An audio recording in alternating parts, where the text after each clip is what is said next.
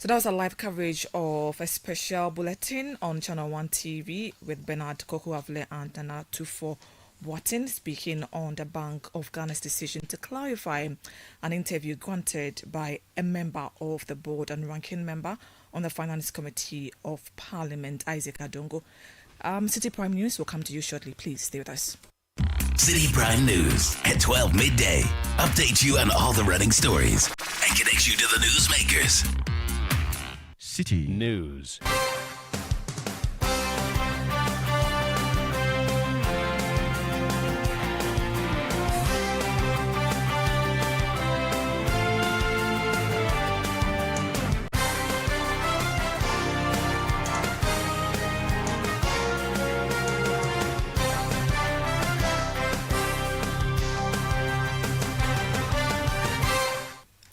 Hello, good afternoon, and thank you so much for staying with us here on 97.3 Citi FM. This is the Citi Prime News, live from our studios at Adabraka in Accra. The news is also live on all affiliates across the 16 regions of the country. I am Hawa Idrisu Mustafa. Coming up, Bank of Ghana gives clarity on ban on over-the-counter cash withdrawals in foreign currency from bank account. Meanwhile, the Ghana Association of Banks has assured of their commitment to continue with the over-the-counter cash withdrawals in foreign currency within the legal framework. As we have been operating in the past, as it is today, so it will be tomorrow until any such directive is formally issued that counteracts the mode of operations. Also coming up, government seeks 1 billion cedis to purchase liquid fuel for power generation as current reserve is expected to last a little over 2 days. The fuel we have will take us 2.6 days. We've placed order for fuel, but it has to be paid. We've procured some fuel on credit and working with the Ministry of Finance to pay. Still ahead, New Patriotic Party petitions Shraj to probe Gold Board CEO Sami Jemfis over his dollar account to Nana Agrada. And later, winner of 2022 edition of Citi FM's Literacy Challenge, Samuel Kweku Jemfi Gariba, to represent Ghana at the 2025 World RoboFest Championship in the US. When preparing for the Literacy Challenge, I even had to research on topics like robotics, AI. Preparing for the Literacy Challenge has actually helped me because during that period, I learned a lot of the skills that I'm using here right now. All that and more on Citi Prime News, which is live on all affiliates across the 16 regions of the country. Western region, you are listening to us on Ajunpa FM 100.7, in Takwa Beach FM 105.5, and Premier FM both in Takrade. Bono region, Greener FM in Sunya in Ashanti region, Focus FM and Orange FM both in Kumasi. Volta region, we are live on Revival FM in Tajewu, VOV Radio in Hohoi. Northern region, Radio Bimbala in Bimbala, Upper East, Quality FM in Garu, Upper West, we are live on Tonsong FM in Wa and Japa FM in Japa. Citi Prime News at 12 midday. Update you on all the running stories and connects you to the newsmakers. Grateful for staying with us. Now, the Ministry of Energy and Green Transition is seeking 1.1 billion cedis to purchase liquid fuel for power generation as current stocks would last only 2.6 days. The ministry cited a 2 billion cedis monthly deficit due to the Electricity Company of Ghana's revenue collection shortfall as the reason for the funding struggle. The Minister of Energy and Green Transition, John Abdullahi Jinapo, expressed worry during an engagement between the Energy Committee and power sector agencies. I must be frank with you, Chairman. Today, as I sit here this morning, my headache is how to get the next parcel of liquid fuel. The fuel we have will take us 2.6 days. We've placed order for fuel, but it has to be paid. We've procured some fuel on credit and working with the Ministry of Finance to pay. But the truth is that the Ministry of Finance also has its limits. And so we'll be going to Cabinet to discuss how we can improve on the sector. And that is why we are pushing for some private sector participation in ECG's operations. It does not entirely solve the problem, but it takes us to another level. Because if the collections are reduced from the 40% to say 5%, it means that we'll be collecting more. Cabinet has also adopted a position and will brief you, Chairman. The Energy Minister further announced that all ministries, departments and agencies will now be required to make budgetary allocations for their power consumption. All MMDAs are supposed to pay for their electricity bills. They have to budget for it. We've identified what we call critical institutions. They include the health sector, the education sector, the security agencies, and the presidency. Even with that, so if you take the health sector, is the theaters, the laboratories, the wards that will be exempted.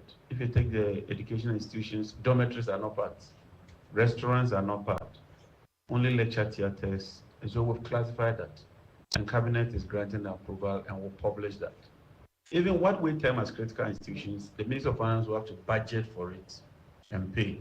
Yesterday, I was listening to a news item where Ghana Water made a complaint that because of some erratic power situation, they are unable to supply adequately.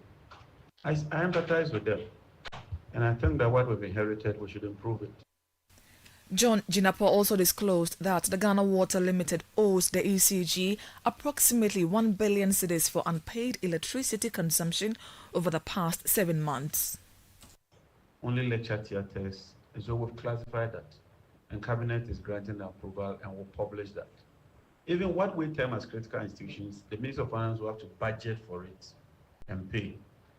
Yesterday, I was listening to a news item where Ghana Water made a complaint that because of some erratic power situation, they are unable to supply adequately.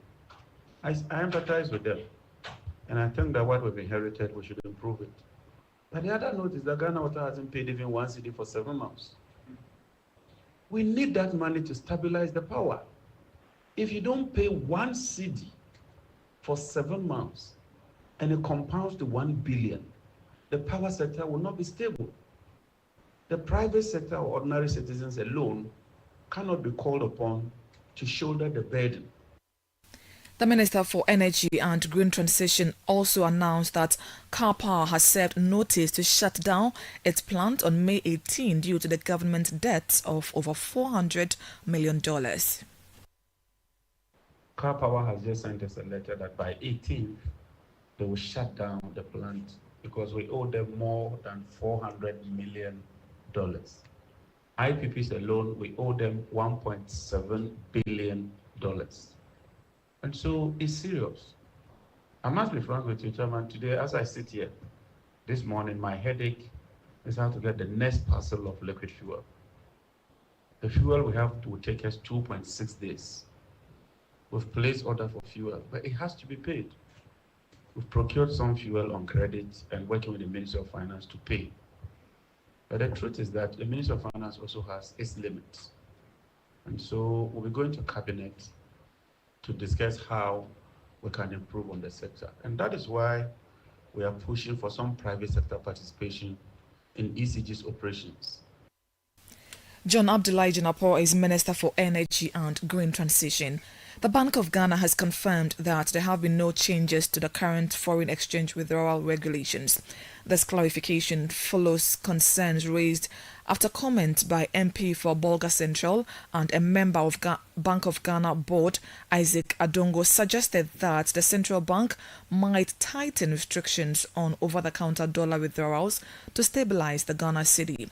The bank stated that individuals can still withdraw foreign currency over the counter and purchase up to $10,000 per trip for travel as long as they provide valid supporting document.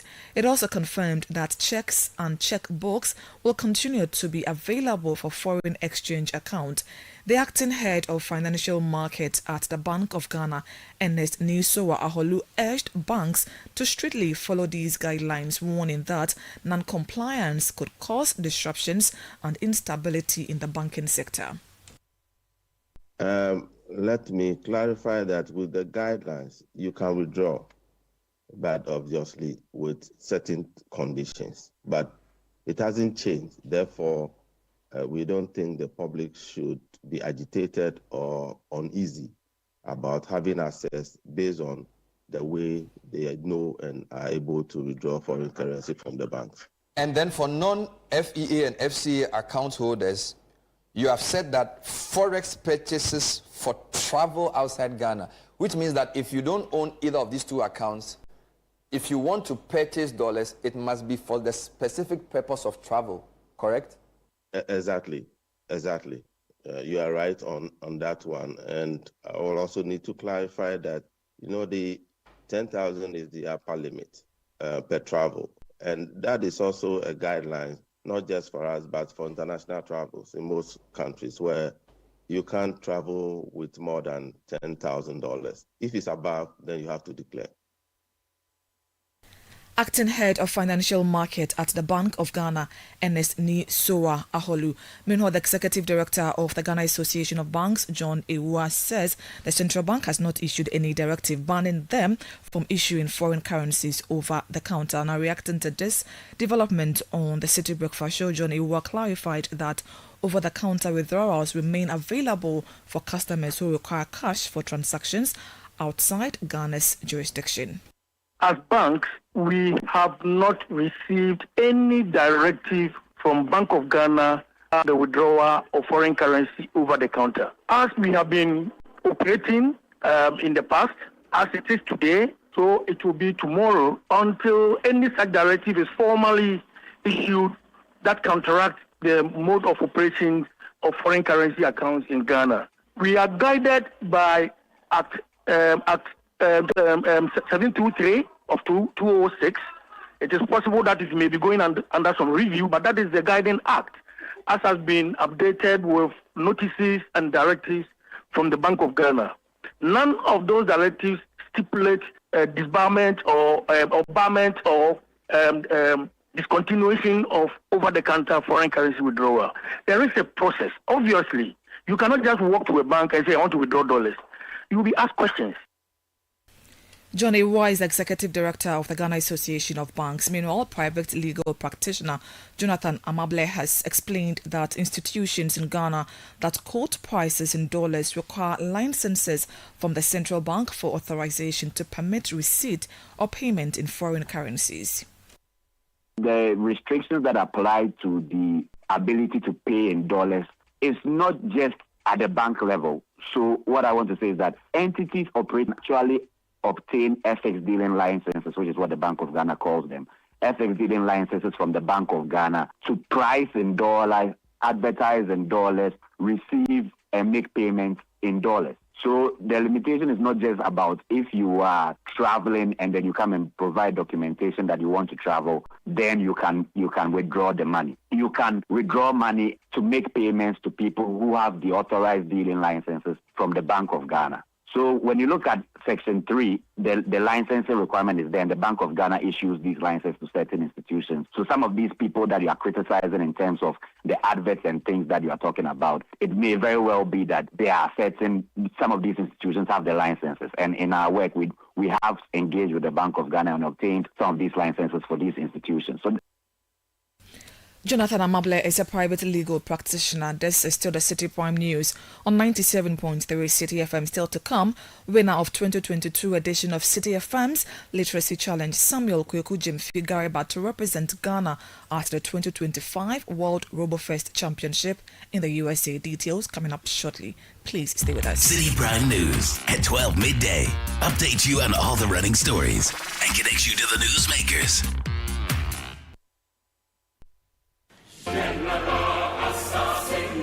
Calling all farmers, agribusinesses, and innovators, this is your chance to shine. Channel One TV invites you to exhibit at AgriFair 2025, one of Ghana's largest agriculture exhibitions. From Friday 20th to Sunday the 22nd of June, the A4 Sutherland Children's Park in Accra will come alive with the very best from Ghana's agribusiness sector. Are you a farmer with fresh produce of any kind? Be it crops, livestock or poultry, fisheries or aquaculture, or you're a supplier of agro inputs and processing machinery? This is your platform to connect with the world. AgriFair 2025 is more than an exhibition. Showcase your fresh produce, share your expertise and experience, and grow your business. So, to all farmers with fresh produce, livestock or poultry, fisheries or aquaculture products, come, sell, network, and expand your business. AgriFair 2025, where culture meets innovation. Register now to secure your spot. Call us on 0205 973 973. Come one, come all. Enjoy the freshest farm produce at unbeatable prices. And treat yourself to sizzling kebabs made from beef, mutton, pork, chicken, and more. Great taste, great value. Don't miss out. The AgriFair 2025 is powered by Channel 1 TV with support from 97.3 Citi FM and is proudly sponsored by Exim Bank, Legacy Crop Improvement Center, and Development Bank Ghana.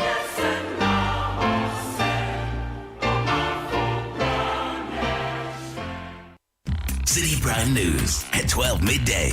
Update you on all the running stories and connects you to the newsmakers.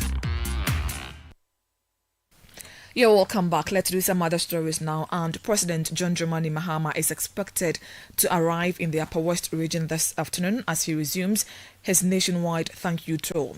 The tour has already taken him to the Western, Volta, Central, Upper East and Northern regions. The president is scheduled to address a Deba at the Jubilee Park in Wa, where he will express his gratitude to the chiefs and people for their support for the NDC in the 2024 elections. In the presidential polls, the NDC secured 242,852 votes in the region compared to the NPP's 89,906 votes. The NDC also won all 11 parliamentary seats in the region.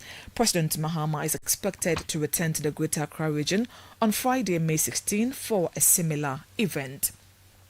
Now, the Greater Accra Regional Minister Linda Okulu has accused the presiding member of the Ablekuma North Municipal Assembly of politicizing the confirmation process for the MC and Musa Kalamu. Now, Musa Kalamu was confirmed following renomination and a second vote in a process reportedly marred by unlawful detention and intimidation of assembly members. The presiding member, Ibrahim Sule, has called for a new nomination and confirmation process to legitimize Musa Kalamu's mandate. However, in a Citi News interview, the minister denied influencing the process and rejected the call for renomination and reconfirmation.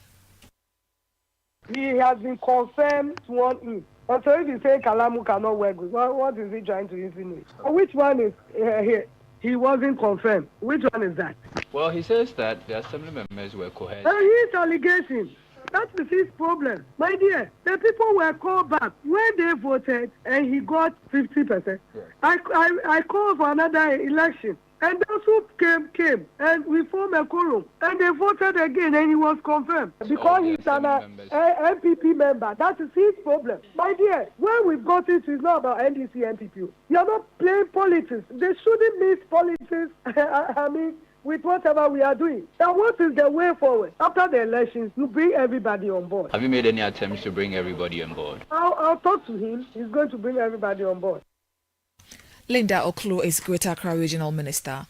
The National Road Safety Authority is set to hold discussions with the Inspector General of Police, Christian Tete Yohono, to strengthen the enforcement of road traffic laws, especially those addressing street hawking and roadside trading.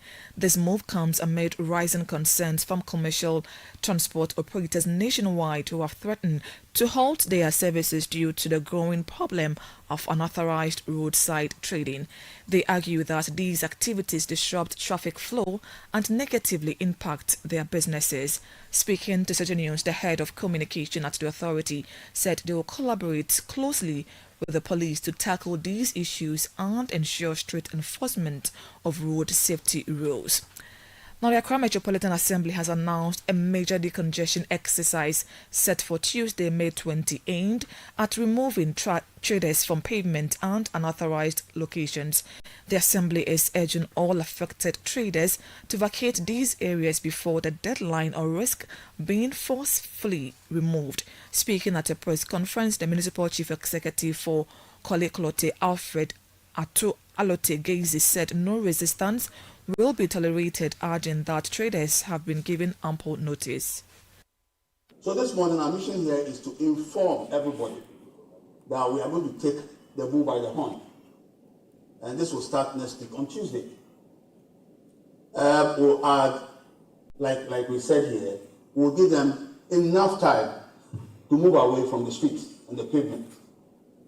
And let's sound a caution to everybody that we would not entertain any misbehavior towards the work that we want to do on Tuesday.